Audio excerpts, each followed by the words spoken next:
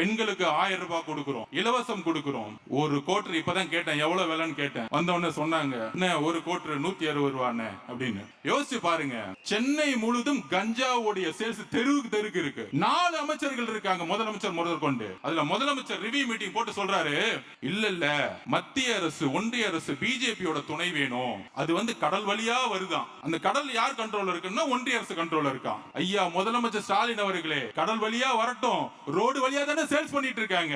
Road உன் கண்ட்ரோல்ல தான் இருக்கு. உன் டிஜிபி என்ன பண்ணிட்டு இருக்காரு, கமிஷனர் என்ன பண்ணிட்டு இருக்காரு, இன்ஸ்பெக்டர் என்ன பண்ணிட்டு இருக்காரு, உன் கவுன்சிலர் என்ன பண்ணிட்டு இருக்காரு, மாவட்ட செயலர் என்ன பண்ணிட்டு இருக்காரு, எம்எல்ஏ என்ன பண்ணிட்டு இருக்காரு, ஒண்ணும் பண்ணல.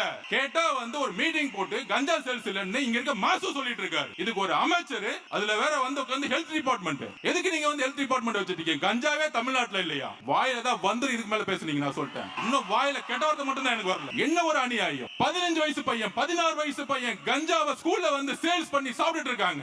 ஒவ்வொரு தாயும் மரண வாக்குமூலத்துல ஒவ்வொரு நாள் நின்றுட்டு இருக்காங்க. 60,000 கோடி ரூபாய் நீங்க சேல்ஸ் இன்கிரீஸ் பண்ணிட்டீங்க.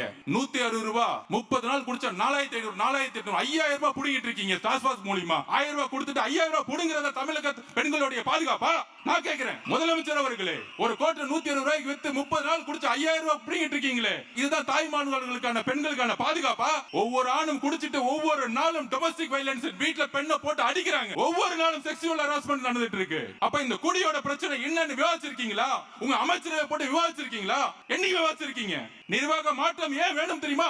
இதுக்கு தான் வேணும். 60,000 கோடி டாஸ்மாக் சேல்ஸ் கம்மி பண்ணணும், கஞ்சாவை தூக்கி எறியணும். எங்க தலைவர் இதை செய்வார். இதுவரைக்கும் காவல்துறை, திமுக காவல்துறையா இருக்கு, அதிமுக காவல்துறையா இருக்கு. முதல் முறையா எங்கள் தலைவர் முதலமைச்சர் இருக்கும் பொழுது தமிழக மக்களுடைய காவல்துறையா மாற்றுவார். எழுதி வச்சுக்கோங்க, எழுதி வைத்துக் கொள்ளுங்கள். காவல்துறை நேர்மையான காவல்துறையாக மாறும். அந்த காவல்துறை கஞ்சாவை ஒழிக்கும், அந்த காவல்துறை டாஸ்மார்க்கை ஒழிக்கும்.